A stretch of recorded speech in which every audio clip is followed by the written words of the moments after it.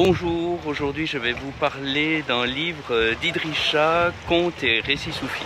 Alors vous entendez certainement les vagues, donc je vais parler un petit peu plus fort parce que je suis au bord du lac Léman, côté suisse, derrière les arbres. Alors ça se voit pas depuis là où je suis, mais il y a Lausanne et puis derrière, voilà, on voit les montagnes du côté français. Donc Idrisha est né en Afghanistan, mais il écrit en anglais et c'est quelqu'un qui écrit pas mal de livres sur le soufisme.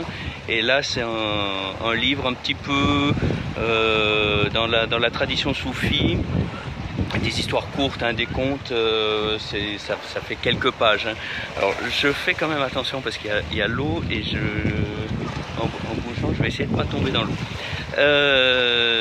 Donc ces histoires, dans un contexte européen, les gens connaîtront plus ce qui se dit dans la Bible, dans les évangiles, et on pourrait rapprocher ça de la manière de présenter les choses, des paraboles. C'est des histoires assez courtes qui ont un message.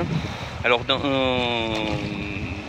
dans la manière de faire de soufi, il y a souvent un côté un petit peu obscur. C'est à nous de creuser un petit peu à l'intérieur. Tout n'est pas dit. Il y a des choses qu'on ressent aussi.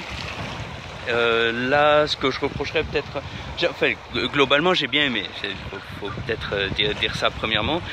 Ce que je reprocherais, c'est qu'il veut, en voulant le rendre accessible à un public qui ne connaît pas le soufisme, un public plutôt occidental, pas seulement européen, je pense qu'il s'adresse aussi au public américain, et il donne beaucoup d'explications.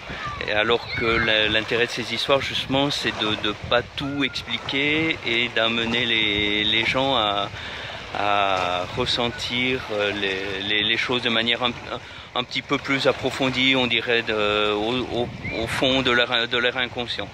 Alors c'est difficile à résumer parce qu'il y a beaucoup de petites histoires. Il y a à peu près 300 pages et pas tout à fait autant, il doit y avoir au moins 150 petites histoires. Ça concerne un petit peu tous les domaines de la vie. Il peut y avoir des aspects plus strictement spirituels, sur la vie intérieure, etc. C'est pas forcément religieux, donc c'est assez accessible. Même pour quelqu'un qui ne s'intéresse pas à la religion, c'est plus des choses à retirer sur la manière de vivre.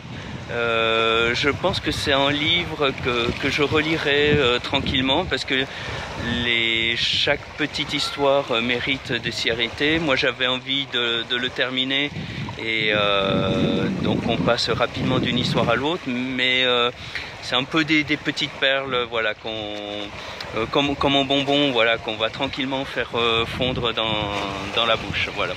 Donc c'est un livre tout à fait agréable à lire, accessible, et en même temps, si vous connaissez pas le monde soufi, si vous en avez juste entendu parler, c'est peut-être une entrée en matière relativement facile.